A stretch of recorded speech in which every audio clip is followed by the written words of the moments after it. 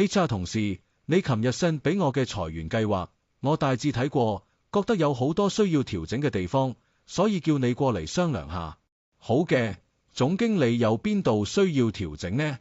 你呢度除咗 cut 走邊緣業務，仲要清走唔少低薪嘅一線業務員，咁唔啱嘅，應該保留多啲前線做嘢嘅人。反而嗰啲中層管理甚至多餘嘅技術崗位應該 cut 多啲。早幾年雞棚錢亦賺，資本湧入，業務線擴張，團隊規模翻倍，管咁多人自然需要中層管理。呢啲中層多數係35到45嘅中年人，經驗豐富，帶到隊協調資源，撐起咗個組織結構。但而家雞棚經濟差，公司業務萎縮，呢啲人就變成雞肋，留低前線技術、營運同銷售就可以做到嘢，中層就變咗多餘嘅。諗下啦，上級直接傳達任務到前線，又唔使整合資源，仲要佢哋做咩呢？你意思係呢啲人一個成本等於2-3個前線員工，cut 多啲就可以留低更多前線。唔單止成本問題啦，呢啲中年人多數有車貸留貸，細路讀書，每月點慳都要1-2萬開支，你俾1萬人工邊個做？加上佢哋加班應酬搞壞身體，40幾歲周身病，而家公司成日996，老細自己都頂硬上，邊個要養生嘅人？寧願請20幾歲有活力捱得嘅新人，而且佢哋都係老油條，成日擺資歷以為自己身經百戰，其實邊個稀罕你啲經驗？加上而家 AI 時代，佢哋嗰啲經驗早就 outdated， 應該留多啲後生，夠體力適應節奏，又有衝勁，畫大餅都會信。你 HR 要研究多啲公司架構，隨時調整應對唔同時期。行啦，你去啦。點解要炒我？份裁員名單係總經理定，董事會開會決定嘅，唔係個人主觀判斷。雞棚經濟咁差，間公司都要精簡架構。我認同裁員，但唔係應該 cut 基層咩？前線易請人，我管近100人嘅職位都 cut， 業務運作唔會出問題。我係通知你公司決定，處理交接同賠償，唔係同你討論點解裁你。我揾總經理傾，冷靜啲啦，董事會決定改唔到。總經理，公司有難處我明，可唔可以減薪降職甚至調返前線？唔好炒我，出面真係難揾工。我跟你咁多年，對公司有感情。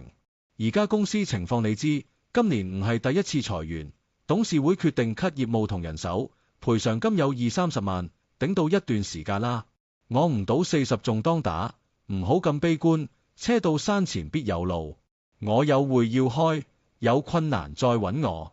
冇諗到朝早返工仲好地地，放工就離開咗做8年嘅公司，日日擔驚受怕，盡心工作都逃唔過被裁。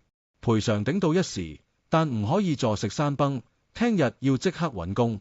老婆，我返工啦，呢排 project 完咗比較輕鬆，可以準時收工。出咗門口唔知去邊，從未試過咁失落。去間遠啲 cafe 啦，估唔到40歲人都要做 cafe 費鐘。咦，呢個唔係舊同事，我都係啱啱辭職，每日扮返工揾工。國企都裁員，體制內會調你去偏遠分公司住3年，或者要你扶貧，甚至調去垃圾崗位逼你走。我厚面皮磨都按法例賠償。估唔到勤力做8年，一張離職協議就踢走我。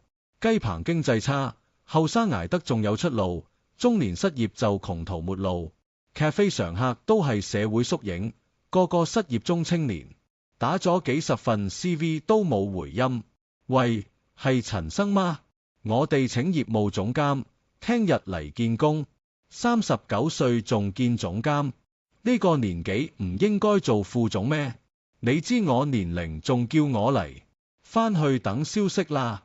連我經驗都唔問就完，年齡真係中年求職死穴，揾舊同事介紹都冇用，經濟太差，跟班後生炒幣搏翻身，小心血本無歸啊！活到老學到老，後生真係有人賺到。教育集團揾副總，老細推薦，聽日見。做埋方案俾佢，實得。點知話我格局唔夠，只要戰略唔要執行計劃，你咁叻自己做老細啦。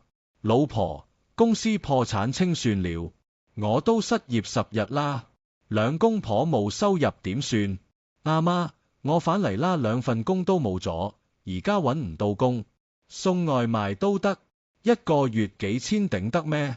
中年求職惡性循環，明知係騙局都要搏。打工本質就係做螺絲釘，養成依賴性冇獨立能力，除非做到公司股東，否則要當正職係副業，用餘力發展自己事業。